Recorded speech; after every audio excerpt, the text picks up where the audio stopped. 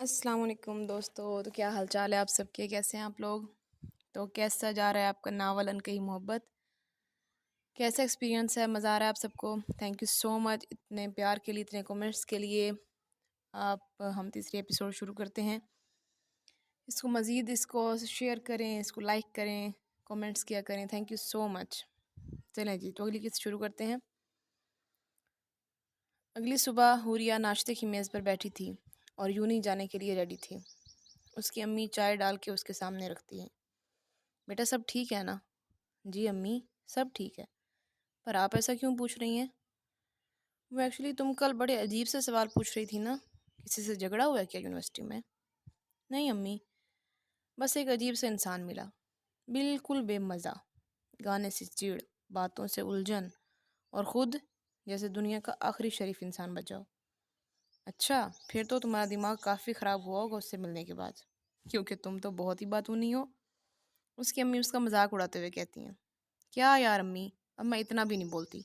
हुरिया चिढ़ जाती है। अच्छा ठीक है, मैं लेट हो रही हूँ, अल्लाह हाफिज़। यूनी पहुँचने के बाद हुरिया और आयमा ग्राउंड में बैठी थी, किसी असाइनमेंट के टॉपिक को डिस्कस कर रही थी। अचानक आयमा की नज़र अरमान पे पड़ती है, जो एक दख्त से टेक लगाकर कोई बुक पढ़ रहा होता है। हुरिया, वो सामने देखो भला कौन है?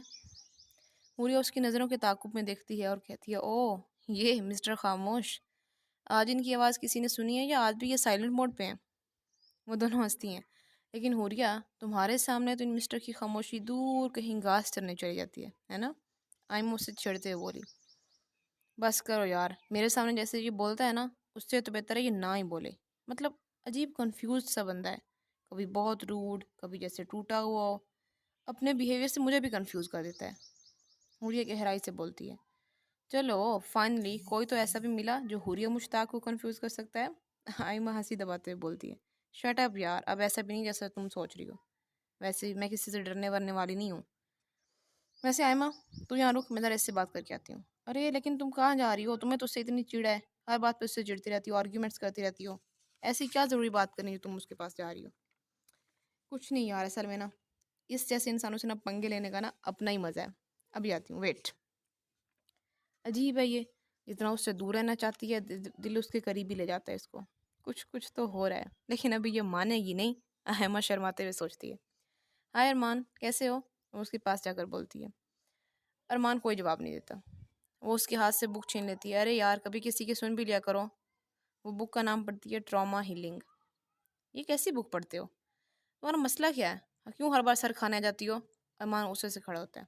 देखो अरमान, इस तरह की बुक्स पढ़ने से ना हीलिंग नहीं होगी तुम्हारी। अगर कोई परेशानी है, कोई दुख है, कोई टेंशन है तो शेयर करो ना। मैं हूँ तुम्हारे पास, शेयर कर सकती हो। और ये नरमी से बोली। तुम्हें किसने कहा कि मैं अपने ज़ख्म हील करने की कोशिश कर रहा हूँ?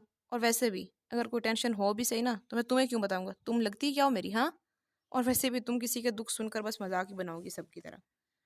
हर किसी के बस की बात नहीं होती किसी दूसरे के दुख दर्द बांटना। अरमान तअस्सुफ से बोलता हुआ चला जाता है।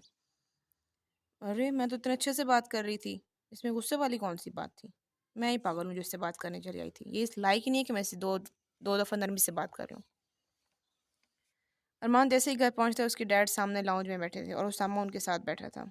वो सलाम करता हुआ अपने रूम में चला गया। उसी वक्त उसके डैड उसके रूम में दाखिल हुए। क्या हुआ अरमान, इतने दिनों बाद मैं आया हूँ और तुमने मेरे पास बैठना तक गवारा नहीं किया। सब ठीक है ना? जी मैं ठीक हूँ, बस थक गया हूँ, रेस्ट करना चाहता हूँ। लेकिन बेटा मुझे तुमसे बहुत ज़रूरी बात करनी थी, अगर तुम्हारे पास टाइम है तो। जी जी बोलें। देखो अरमान बेटा, जो मैं तुम्हें बताने जा रहा हूँ ना, वो तुम्हें काफ़ी हौसले से सुनना होगा। जी बोलें, मैं सुन रहा हूँ। वो उसके सामने एक तस्वीर और डायरी रखते हैं। उस तस्वीर में एक छोटा बच्चा, साथ गालबन उसके माँ बाप थे। ये क्या है और ये मुझे क्यों दिखा रहे हैं आप? बेटा ये तुम्हारे माँ बाप हैं, और ये 1 साल का बच्चा जो इस तस्वीर में नज़र आ रहा है तुम्हें, वो तुम हो। अरमान हैरत से कभी तस्वीर की तरफ और कभी डैड की तरफ देखता है। डैड आपको पता भी है कि आप क्या कह रहे हैं? होश में हैं आप? ऐसे कैसे हो सकता है? आप मेरे डैड है ना, लेकिन यहाँ तस्वीर में तो कोई और इंसान नज़र आ रहा है। हाँ बेटा यही सच है, तुम्हारी माँ मेरी बहन थी। वो दोनों किसी हादसे में अपनी जान गंवा बैठे।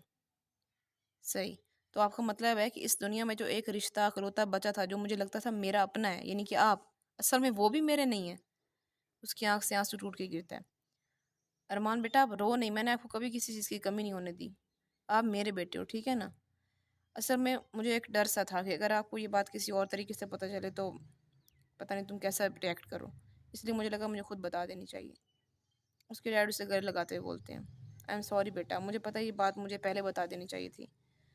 डैड अभी आप जाएं बाहर, मैं थोड़ी देर अकेला रहना चाहता हूँ, प्लीज़ डैड। ओके बेटा, लेकिन अपने डैड से नाराज़ मत होना। जी।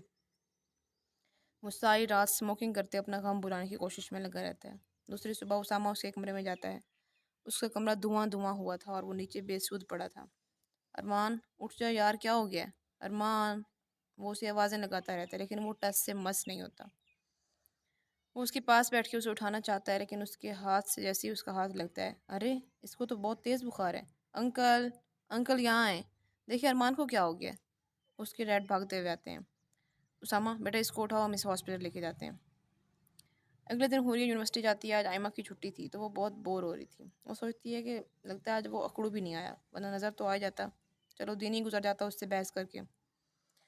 वैसे तो वो रोज़ ही आता है, पता नहीं आज क्या हो गया होगा। वो परेशान थी, ऐसे जैसे दिल किसी को याद कर रहा था, किसी की कमी महसूस कर रहा था।